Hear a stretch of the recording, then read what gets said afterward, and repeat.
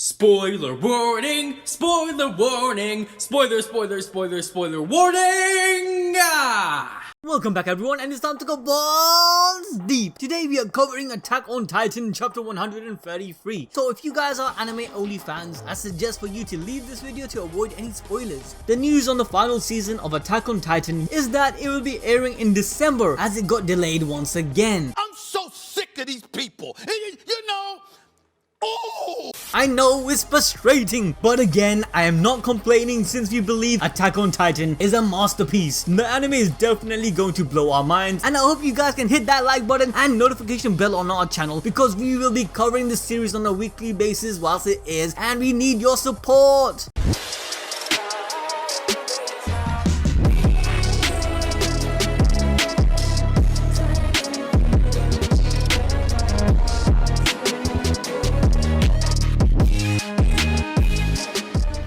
Okay, so judging from the last chapter, we all know that Armin and the gang want to speak to Eren regarding the rumbling. Hange and Flock died in the last chapter as sacrifices to their polarizing ideologies. Isayama, the creator of Attack on Titan, used their characters to symbolize the grey morality within the world and all the characters we are seeing on screen. This is what actually keeps Attack on Titan grounded in reality and so thought-provoking that makes us question the politics that occurs in our everyday lives. Now remember guys, the current theme of Attack on Titan is exploring the concept of what is right or wrong for humanity when it comes to geopolitics, war and prosperity. In chapter 130, Eren states that he only has 4 years left to live and is extremely nihilistic in his point of view of the world as he doesn't value his own life from the very beginning. He sees himself as a tool that needs to be used, otherwise he's useless. He's not truly free. No one is, and he will fight for this freedom to create a new world with all his power. Eren has decided to seize this desire or wants to die doing it, as either way, this will result in making a difference that could give true freedom to his loved ones before he passes on. Previously, Eren said to Reiner that he is the same as him, with the way he thinks and wanting to perish. This is due to the actions he has taken. But the funny thing is, Reiner and the rest of the cast also came to this conclusion. At the campfire, every single character states they all committed acts of devils in the name of their creed. Even in this chapter 133, this message is further reinstated as Connie finally understands Reiner's perspective and feelings. One way or another, every character did evil for the greater good in their perspective of nationalism or wanting to protect their loved ones. In some sort of way, Eren understands that the free will that they claim to have right now is actually an illusion for everyone, where his loved ones needs to make a choice on what destiny will occur. Eren will die by his friend's hands, or technically by his own as he knows what the future holds, or he will literally level the whole world. Either way, Eren's goals are clear. He wants the freedom he allowed his friends to have to be used to stop him, which ultimately brings freedom to the whole world. This is Eren's Zero Requiem. Last month we actually stated this analysis. Yeah boys, our power has evolved. Our balls in prediction magic has ascended to its Titan form.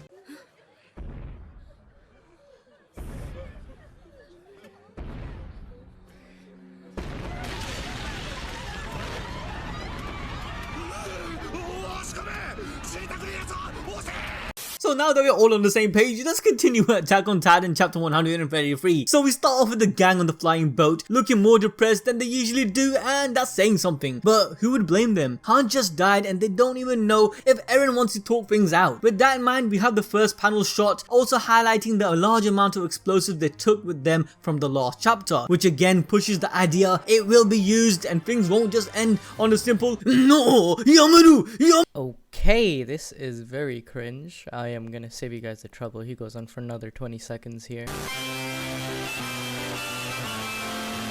Yankopon lets Armin know that they are short on fuel as they only filled it halfway due to all the madness. However, with Hange and his commanders lost hope, Yankopon gives Armin a guarantee that he will get them to the Fort Salta no matter what it takes, and in return asks Armin to his own promise that they will stop the rumbling no matter the cost. Armin responds with a yes, but from the way he answered, it's clear that Armin knows what he has to do. Deep down, he knows Eren gotta die, but even he questions his resolve resolve to do this. Like, it's not easy killing your best friend. Armin then, as the new captain, goes to the rest of the gang, telling them it's time to discuss their plans. From the information he got from Pieck, Armin draws the image of the current founding titan Eren is in. In their own words, Eren looks like a stupid giant bug, big ass pile of moving bones. That's what Eren is right now. Pieck further explains that normally in a titan shifter, the body controlling it would be in the nape, but in Eren's case, he could be anywhere. Just like the Warhammer Titan was able to fixate herself outside of the Titan, Eren is probably doing the same thing. Pieck then suggests that even if they don't know where he exactly is, they could just blow the whole thing away, just like Armin's Colossus Titan did to the Liberia Navy port. But Armin once again looks saddened by the thought of killing his best friend. All of this is adding up to Armin strengthening his resolve to do what he must. He finally agrees to Pieck's suggestion, saying it would be the most effective way to do this, but then adds that it should be their last resort only after they fail to have a dialogue with Eren. We then go to the topic of Zeke, who wasn't mentioned for a while, as Levi then states that Eren is controlling the founding titan through him. Obviously not knowing what happened in the realm of the paths, he believes that Zeke is the key, and if they kill him, then everything should be solved. Now this still might be the case, but more than likely Eren has established an independent connection with Ymir, meaning that Zeke is pretty much unnecessary. So this could be more of a sidetrack, but we all know how much Levi hates Zeke and just wants any excuse to kill the man. And with his comment, the gang once again starts questioning if they should just focus on Zeke instead of Eren. Levi even brings Hanj into the mix, saying how she even predicted that Zeke's death might stop the founding titan. This is where Pieck insists they don't even know where the man is. Where is Zeke within the founding titan? Which gives us a clear indication that he might be amongst the bones Eren is dangling along with him. We then move to Jean, or John, however you like to call him, who says the death of the hordes of allies that had to cut through just to get to this flying boat cannot be in vain, and they must do everything to stop the rumbling. With Jean's comment, it triggers everyone to think back on the things they regret since the rumbling started, as Connie mentions how even he shot and killed their former allies Samuel and Daz. Since the rumbling happened, everyone in the OG crew has been able to relate a lot more with Reiner, Berthold and Annie, as Connie now understands that it must have been very awful for them. Even after the time skip, Reiner was depicted as though he was left with an everlasting sense of guilt, as he felt his sins are beyond redemption. Even if he managed to save humanity, he still wouldn't be able to forgive himself. Connie relates as he begins to cry. They all agree that even if they can never wipe away the sins they committed, they should at least save the rest of humanity. Jean chimes in to agree that he also became a murderer in order to save others, and he had no right to blame Reiner. Only going through a similar experience, they really could understand each other. Reiner looks pensive as he remembers the moment when Eren said the same thing to him on the night of the raid on Liberia, which once again goes full circle to what we were saying earlier and in the last chapter review in regards to Eren's Zero Requiem plan. Reiner pretty much guesses what Eren is thinking. He feels like Eren's motive is actually to be stopped before he continues these atrocities. This comment triggers Armin's big brain as he wonders why in the heck they are still able to use the powers of the Titan if Eren can affect the actions of every Titan and Eldian. Armin guesses that Eren is actually letting them act freely as if he's testing them. Once again, the gang is parroting the idea on the reasoning behind Eren's actions for allowing them to use their Titan power along with not controlling the memories or minds, pointing back to Reiner's conclusion that Eren wants to be stopped and hinting at the group to be the ones to do so. With that, all of this gets answered and confirmed in the next scene. As within a blink of an eye, the gang seem to have suddenly instant transmitted from the flying boat to the path dimension. Baffled by this change of scenery, Reiner, Jean and the others looked around in shock, with Jean being like, "Ah shit, here we go again." From what it seems, Eren has willingly invited Armin and the gang to the Path's dimension, almost as if to save them the time traveling to him by plane, as he had already heard them according to Levi. Armin then started shouting desperately, "Eren, please listen to us!" Not wasting this opportunity to commune with Eren one last time before the gang implement the plan. Armin continues to assure Eren that he has done enough for the Eldians of Paradis and that no one will dare to attack or put their hands on Paradis Island for centuries to come after how much destruction, chaos and fear Eren brought with the power of the founding titan and all the wall titans. Armin begins to spew out his regret for the current situation, feeling guilt as if they were the ones who drove Eren so far down this dark path he is currently trekking on alone. Even Reiner chimes in, begging Eren that they could solve the rest of the issue together and that he doesn't need to keep slaughtering people for their sake.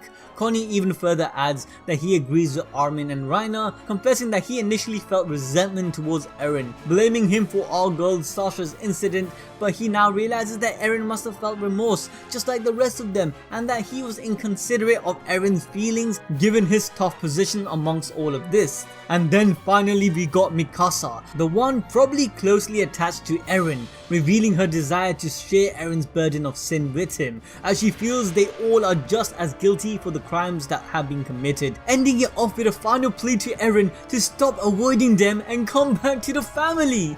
Damn, who's cutting onions there? I'm not crying, you're crying. For real though guys, even my boy Levi, who is cold cut, was showing love to Eren, even going as far to let Eren off from his ass whooping as long as he speaks to them. Damn man, you better accept Levi's proposal man, that's some deep shit. If this doesn't speak volumes of Levi's affection for his subordinates comrades, then I don't know what does. Armin then notices a presence and gasps, Eren! And where we are then finally hearing Eren's response echoing across the path's dimension. The rumbling won't stop. I won't let fate decide Paradis's future. I will keep moving forward. So this pretty much confirms that Eren is fixated in his decision, seeing no other option that can guarantee the future for Paradis, and that there is no going back. His role in all of this is to continue what he is doing. This is the path that he has chosen. This is the move that he has to take for his Zero Requiem. The gang looked in shock with Armin stuttering, "What? Nani?" unable to fathom what they just heard. Where at this point Levi notices someone in the distance towards this bright shining source. That's when Mikasa and the rest realizes it was Eren as she screams out his name, Eren! But not all was as it seems. As the closer they got, something was different about Eren. The one in front of them was a kid version of Eren, like the one we meet all the way back in chapter 1. Jean then begins to question Eren to why can't he stop. Are you saying you can't trust us? As if Eren believes them to have an ulterior motive. Adding onto the list of questions, Armin asks as to why Eren is still letting them use their Titan power, for he could have prevented them and controlled it whenever he wanted thanks to the founding Titan. Realizing that they are in a world different to their own, where the laws of physics and time works different, Armin states that they can finally talk all they want, now that they are all together in the path's dimension, requesting Eren again to talk to them. Armin then says, "We're always going to be together, so please don't go any further away from us than you already have." And I'm not gonna lie, teary-eyed Armin is really bringing the onions back again. Damn it, guys. Eren finally answers that in order to gain his own freedom, he had to take the freedom from the rest of the world. However, for his friends, he won't take away anything and that they are free to do whatever they want. He says, "You have the freedom to defend the world's freedom, and I have the freedom to continue moving forward." Yes, Eren is basically saying, bruh, I'm gonna do what I wanna do and you guys do what you have to do. Now as he states that, we begin to see another figure appear next to the kid Eren, and is none other than Ymir. But continuing on, Eren says, "As long as we both have our unbreakable conviction, we will collide." And guys, if we do think about it, Eren's ideology is actually quite amazing. He is truly one of the best written main characters of shonen in quite some time. Eren believes that every human that was born into this world has a right to fight. When his brother asked him in chapter 120 why isn't he going along with the original plan to euthanize the Eldian nation, because if he doesn't the bloodshed would never stop, Eren believed that it was wrong for Zeke to even propose this, even though it would create peace and prosperity as a result. Eren responds by saying, "He was born into this world. That means he has the right to free will and to decide his own destiny," which in some ways is also the reason that he's given this option to his loved ones and the other islands if they are able to stop the rumbling. He doesn't actually care if he dies, because if he cares about his death, why isn't he erasing every single person's memories and not letting them use their Titan powers, right? Eren is so overpowered at this point that he can 100% make his plan succeed if he truly wants to, but he doesn't do it because all humans have the right to fight for their freedom, revenge, or prosperity and what they believe in since they were born in this world. I mean, think about it. Eren has access to the future and could do a lot more to stop everyone in their tracks in killing him or destroying the Rumble, but his ideology falls into the category that if I am able to kill humanity and sacrifice all your lives for my own freedom, then you should be able to sacrifice me for your freedom. That is what is fair in this world. Equivalent exchange to say. Anyways, going back to the chapter, panning in, we see a closer shot of young Eren and Ymir, the original founding Titan. abandoned, both with their eyes completely darkened and hollow looking as if despair is all they see. Eren then finishes his ultimatum stating that the only thing left to do now is to fight. The gang just stared at Eren in shock, jaws dropped, till Armin finally uttered "What?" in bewilderment, asking why did Eren even call them all here if he was just going to reject their pleas, to which Eren responds so that he could speak to them and tell them there is no longer reasons to speak any further. Eren has cemented his decision and that if they want to stop him, they must stop him from even taking another breath. Talk about bombshells, man just told his best friend, family that they have to kill him if they want to save the world. That's pretty deep. Eren really needs to take off his Zero cosplay because at this rate, we are going to get a Code Geass level ending. Now just as Eren tells them this, we see that they are back on the flying boat with a loud crash. Anya Kapun looks back and asks what had happened, but he just sees all of them in deep sorrow and despair. Reiner, with a look of just pure pain, says that he thinks he was right. They're really going to have to kill Eren. And Jean just wants to know if the nightmare is over. The only person we see who's still managing to stay calm is Levi, who confirms Reiner's thoughts that they can't be bargaining anymore. Mikasa is on the floor in complete agony, with Armin not able to do anything but stare. It's pretty clear that no one there wants to kill Eren, but they really just wanted to stop him by just talking it out. However, now for certain they know there is no more talking and they gotta kill the guy. We then cut to Annie and Kiyomi on the boat. Annie asks where they are going and Kiyomi says that they're heading to Hizuru, but she's doubtful that it's still running fine. We get some nice banter between the two about eating fish and how fish is a Hizuru delicacy. Quite nice talking about some food in this madness, you know, food always brings people together. But anyways, eventually Kiyomi opens up and tells Annie that she's the one who helped Eren and Zeke meet and what led to this rumbling. She feels extremely guilty, but Kiyomi also states that if she lives through all of this, she'll keep fighting to protect the future Eldia. She says that she always lived for her clan, but now that everything is gone, it's pretty clear to her that the individual is more important than any of that. Now guys, this is pretty massive considering how all of this started. The world as a whole sees bloodlines as the most important thing about a person, not who they are as individuals. Kiyomi understands that people shouldn't be held to their ancestry's mistakes and should be instead held to their own actions and choices. But with Kiyomi saying all of this, Annie starts to have a flashback to her father, the warriors, the training corps, and finally Armin. Yes, Armin, not only because she's in love with the guy, but Armin is a perfect example of the idea that people should be held to their own actions and choices instead of what their ancestors did. Even after everything Annie had done, Armin looked past that and kept visiting Annie. But Annie knows that it's too late for the world to learn this. However, before the two of them can continue their conversation, Gabby and Falco interrupt. Falco says that he had a dream of a memory from Zeke, but then a massive bomb is dropped on us, which is more about the female Titan power, Mimic. By eating a part of another Titan, the female Titan can actually mimic the power of that Titan. So does this mean if she ate a part of the Colossus Titan, she'll be able to become the same size of him? Or perhaps even be able to mimic the power of the Founding Titan? There's a lot to think about, but we just don't have enough information at the moment to really say anything else on this. But going back to the chapter, Falco explains that he inherited the Beast Titan from Zeke's spinal cord, which either means that Zeke is dead, as remember guys, a Titan can't be inherited unless the previous holder is dead, otherwise there'll be two Beast Titan running around, or some part of Zeke's Titan merged into Falco's Jaw Titan, and now he can also mimic Zeke's Beast Titan's ability. We will explain more about this in a separate video down the line, but the most important bit to this conversation is that it's revealed that one of the Beast Titans in the previous generation could actually fly, and Falco believes he could do the same, continuing on to say that they're planning on going to help everyone else to fight Eren. Annie in response yells, telling them that transforming would destroy the boat, but Kiyomi steps in saying that she doesn't care if the boat is destroyed, if there's a way to help, she wants to do it. What we are likely going to see is that Annie is going to use the female Titan to mimic the Flying Beast Titan, which Falco is now in possession of, or if Annie cannot mimic Falco's Beast Jaw Titan, maybe all of them will just ride on Falco's back, so they can technically go and meet up with the others to have the final fight with Eren, finally stopping the rumbling. But speaking of the rumbling, we then cut to Fort Salta. Fort Salta is the Malian fortification and research base in the southern mountainous region of the continental mainland. Now remember guys, in the last chapter, Yelena or Yerena, however you pronounce this fort's name, guesses after destroying Karifa, Eren would target Fort Salta in order to completely rid Mali of any weapons against the Founding Titan. We then find out that not everyone from Liberia is dead. Yes, the family of our heroes are still alive. They have something to still fight for and look forwards to. I guess the Eldians did kind of have a heads up. After all,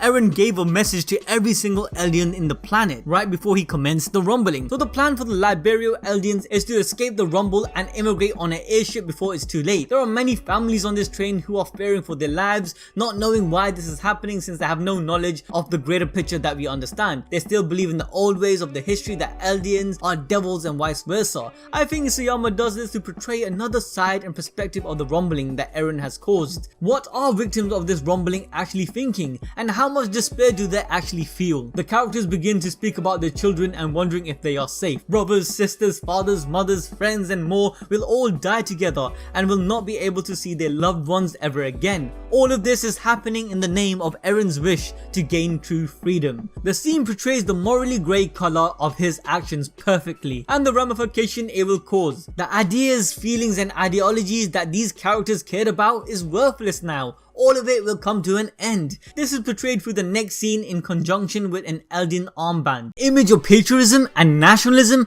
that Eren should care about, right? No. This is all meaningless in front of the rumbling. Annie's father is told to throw it out of the window now. Her sacrifices for earning the likes of this armband is meaningless. However, this scene just serves purpose on foreshadowing of her actions in the future chapters, as she will not make her father or any of these people die in vain. He truly did raise a warrior as the other characters in the scene before wished they had made their children to be. He had trained his daughter to become a warrior candidate, which later led to her selection as inheritor of the female Titan power.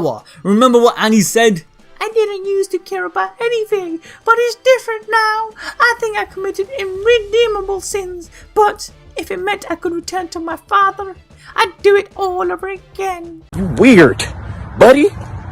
You're weird! Anyways, this is when everyone looks out the train to see all the airships taking off. They try their best to make it on time as only one airship is needed to save their lives. However, it's too late. The rumbling makes his appearance with Eren, as this was his plan to get rid of any weapon that could stop him. However, the Eldian civilians notices that these airships are heading straight to the Colossal Titans, giving them some hope as these airships are dropping bombs, throwing everything they have upon Eren and the rumbling. That's where the chapter ends. A crazy cliffhanger that blue balled us. Man, I can't take this anymore. But what do you guys think the best ending will be? Zero Requiem for Eren, or maybe something like a crazy time travel shit? Let us know in the comment section below. We also asked you what you guys thought about this chapter on Twitter, and the comment from Zaya Talks was that finally a shonen protagonist who tells you how it is. You gotta kill me, there will be no talk, no jutsu. He's even willing to fight the very people he did this for to the death.